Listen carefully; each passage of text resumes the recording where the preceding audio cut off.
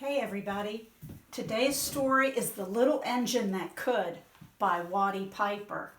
This book is 90 years old, and it was a book that I read when I was a child. It goes like this. Chug, chug, chug, puff, puff, puff, ding dong, ding dong. The little train rumbled over the tracks, and she was a happy little train, for she had such a jolly load to carry. Her cars were filled full of good things for boys and girls, like toy animals, giraffes with long necks, teddy bears with almost no necks at all, and even a baby elephant. There were dolls with blue eyes and yellow curls, dolls with brown eyes and brown bobbed heads, and the funniest little toy clown you ever saw. And there were cars filled full of toy engines and airplanes and tops and picture puzzles, books, every kind of thing a boy or girl could want. But that wasn't all. Some of the cars were filled full of all sorts of good things for boys and girls to eat. Big golden oranges and red-cheeked apples, bottles of creamy milk for their breakfast, spinach for dinner, peppermint drops, and lollipops for after-meal treats. And the little train was carrying all those wonderful things to the good little boys and girls on the other side of the mountain. And she puffed along merrily and then suddenly stopped with a jerk. She simply couldn't go another inch. She tried and tried, but her wheels would not turn. And what were all those good little boys and girls on the other side of the mountain going to do without wonderful toys to play with or good food to eat? "Here comes a shiny new engine," said the funny little clown. "Let's ask him to help." So they cried out together, "Please, shiny new engine, won't you help pull our train over the mountain?" But the shiny new engine snorted, "I pull you? I'm a passenger engine. I have just carried a fine big train over the mountain with more cars than you have ever dreamed of. My train had sleeping cars, it had dining cars, parlor cars, and people could look out of big plate glass windows. I pull the likes of you? Indeed not." And so off he steamed to the roundhouse, where engines live when they're not busy. How sad the little train, all the dolls and toys felt.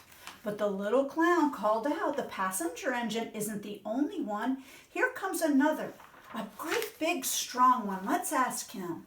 And so the clown waved his flag, and they came to a stop, and they all said, "Please, big engine, won't you please pull our train over the mountain?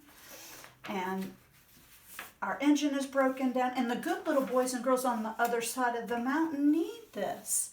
But the big strong engine bellowed, "I'm a freight engine, and I've just pulled a big train loaded with big machines over the mountains that print books and newspapers for grown-ups to read. I'm a very important engine, and I won't pull the likes of you."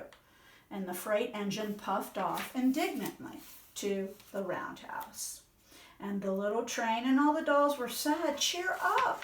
The freight train isn't the only one in the world. Here comes one. He's a little old and tired, but he can maybe help us." So the little toy clown waved his flag, and the dingy, rusty old engine stopped.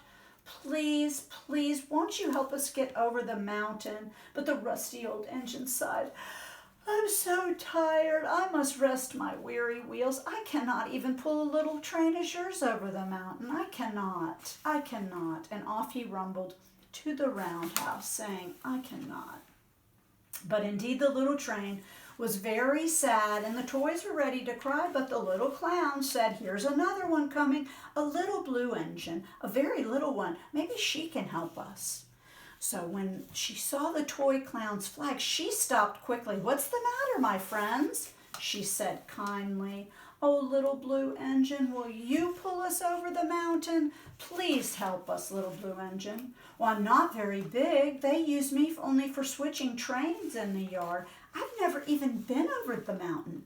But we must get over the mountain before the children awake."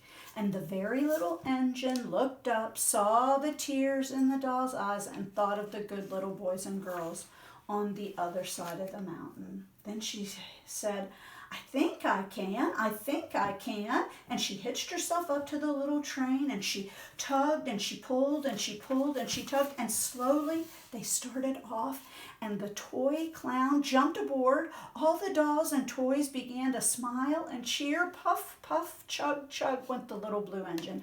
I think I can, I think I can, I think I can, I think I can. Up, up, faster and faster until the little engine climbed up. At last they reached the top of the mountain, and down in the valley lay the city. Hooray! Cried the funny little clown. And all the dolls and toys, the good little boys and girls in the city will be happy because you helped us, kind little blue engine. And she smiled and seemed to say as she puffed down the mountain, I thought I could, I thought I could, I thought I could, I thought I could. The end. This is a classic. And if you want to do art, this is something that I do with my kindergarten students. So younger students could do this, or older students. The first thing we do is we decide what kind of hill we want. Is the train coming down the mountain or going up the mountain, or maybe is right on the top of the mountain? And then we make the land, we make the sky, and then we use paint and sponges to sponge in our train, and a spool to sponge in our wheels. If you wanted to, you could draw that, have your child draw that, or you could use paper to cut out those simple shapes. You could also add a face to your little blue engine, and my favorite is adding a think bubble. I think I can, or I thought I could.